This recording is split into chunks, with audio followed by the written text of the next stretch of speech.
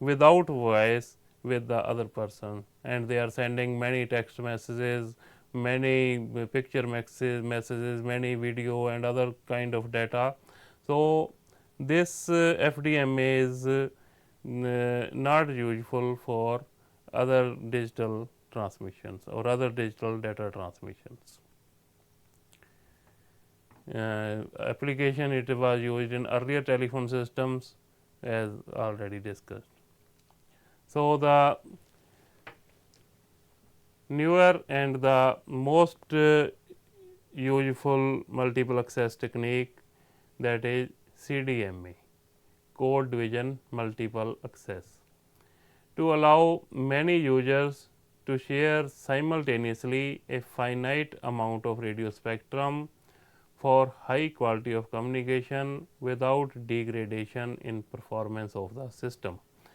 This has brought a resolution in communication in the mobile phones basically, because many users can use a finite amount of radio spectrum. The full amount of radio spectrum allotted can be used by so much users without any degradation in performance, without any restriction, that is, there is no frequency division, there is no time division. So, this is a high revolution in communication by CDMA. The narrow band message signal is multiplied by a very large bandwidth signal. Here, this is the basic principle or basic working or basic term which is behind this CDMA, this multiple access technique. The narrow band message signal is multiplied by a very large bandwidth signal, which is called the spreading signal. The very large bandwidth, the original message signal, that is of narrow band, that is multiplied by a very large bandwidth signal, that is called the spreading signal, and all users use the same carrier frequency and may transmit simultaneously. This is the CDMA spectrum. Here on x axis we have frequency, on y axis we have code, and on z axis there is time. So, here full frequency is being used, full time is being used, and a code is being allotted to each channel and that are being separated. There is no restriction of, no division of frequency, no division of time. So, each channel is using full frequency spectrum for full duration of time, and here spread, this is by as we have discussed, the narrow band message signal is multiplied by a very large bandwidth signal, that is called the spreading signal, and that creates the spread spectrum multiple access, in which each channel is assigned a unique PN code, that is pseudo code or pseudo noise code, which is orthogonal or approximately orthogonal to PN code used by the other user. So, each channel, when it is multiplied by a spreading a very large bandwidth spreading signal, that creates a spread spectrum, and here each channel is being assigned a unique code. So, there is no interference of that channel with the another channel, and they are very easily using the full frequency spectrum for the full time without interfering in the another channels. Here this diagram is showing CDMA with time or frequency division duplex, TDD or FDD. Here we are showing this code in this direction, y axis, and time in the x axis and frequency on the z axis. So, here user 1, user 2, user 3, user 4, user 5, every user in this time this is the frequency division duplex or there is time division duplex. There is no division of time or frequency, only each user is being assigned a particular code and this code is being divided into separate users, and full frequency spectrum for full time is being used. This is the uplink channel and these are the downlink channel. Here in the TDD again there are uplink and downlink. The here time is being divided and there is no division of time in CDMA and no division of frequency in CDMA. The advantages of CDMA: increased cellular communication security. Due to separate code allotted to separate user, there is a very high level of security between each channel, and simultaneous conversations are available in CDMA. Efficiency is increased, many more users can be accommodated easily. The phone size has also gone smaller with the use of this technology. The power requirements are very low and extended reach is there, that it can be reached to many people and it is highly expandable. The disadvantages: the CDMA is till now proprietary in nature, so all flaws are not known of CDMA technique. It is relatively new technology, so less mature than GSM or TDMA, FDMA. It was not offering international roaming, but now there is a high research is being done. In somewhere the roaming has been successful. So, but due to proprietary nature, all flaws are not known and voice quality is poor than GSM or we can say that TDMA. The comparison of CDMA and with the FDMA, TDMA, here in the this slide, these are the comparison for here for CDMA, here for TDMA and FDMA.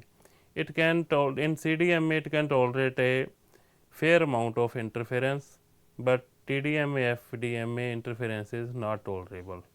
Here is no adjacent channel interference, but in these old techniques high adjacent channel interference is there. Here flexibility in system design and deployment, but in TDMA, FDMA system design and deployment is very complicated. The guardband is not needed in CDMA, but the guardband and sophisticated filtering is required in TDMA and FDMA. In CDMA there is no need of frequency planning, but frequency planning is required in both CDMA, TDMA, which is highly time consuming process. The capacity improvement is very easy in CDMA because more mobile users can be accommodated in by using CDMA technique, but more accommodation is not possible in TDMA and FDMA. Now, what is spread spectrum, which is the base of CDMA technique? It is widely used data communication technique having many features which make it suitable for secure multiple access and many other properties that are needed in a communication system. The basic definition: the RF communication system in which baseband signal bandwidth is intentionally spread over a larger bandwidth by injecting a higher frequency signal. This slide is somehow we can say is divided into separate lines, but this para is a continuous para. The RF communication system in which baseband signal bandwidth is intentionally spread over a larger bandwidth by injecting a higher frequency signal. The principle of spread spectrum, a modulation method applied to digitally modulated signals that increases the transmit signal bandwidth to a value much larger than is needed to transmit the underlying information bits. So, the spectrum by multiplying with a large bandwidth to the baseband signal, it becomes a spread spectrum, and it increases the transmit signal bandwidth to a value which is much larger than is needed to transmit. This signal occupies a much larger bandwidth than is required. Modulation is done by a spreading code independent of data and signal. Now, here modulation is done by spreading code which is independent of data and signal. It has not any concern with the data, it is any spreading code, and despreading at receiver end is done by correlating the received signal with a synchronized copy of spreading code. That spreading signal or that code is provided with the receiver.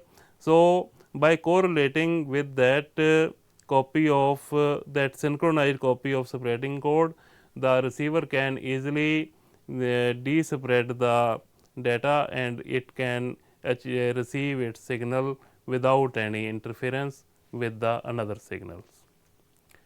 The need of spread spectrum technique is most popular due to its secure nature. Major advantage of spread spectrum is security, extremely safe conversation as compared to the conventional methods. The spread spectrum schemes have frequency hopping, time hopping, and direct sequence. Here another term is pseudo noise, that is PN signal.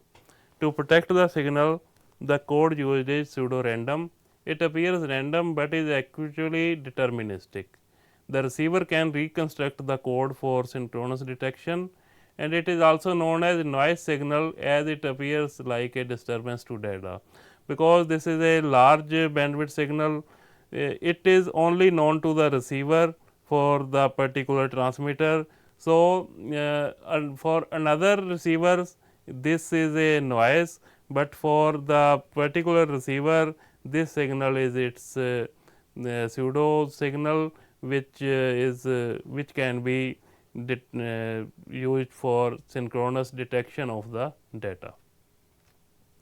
The frequency hopping spread spectrum, here signal is rapidly switched between different frequencies within the hopping bandwidth pseudo randomly, and the receiver knows beforehand where to find the signal at any given time. In the time hopping spread spectrum, signal is transmitted in short bursts pseudo randomly, and the receiver has the information about when to expect the burst. In the direct sequence spread spectrum, which is used in FDMA technique, the digital data is coded directly at much higher frequency. The code is generated pseudo randomly. Receiver can generate the same code, and received data is correlated with the code to extract the required data or the transmitted data. So, this is how these multiple access schemes are working, and I have tried to discuss their features, advantages, disadvantages, and their working principles. So, today in this lecture we have discussed about TDMA, FDMA, CDMA, frequency hopping spread spectrum, time hopping spread spectrum, direct sequence spread spectrum, and pseudo noise signal. I hope you have got some idea from this discussion, and I thank you all for hearing my for hearing this lecture in this time slot. I thank you all.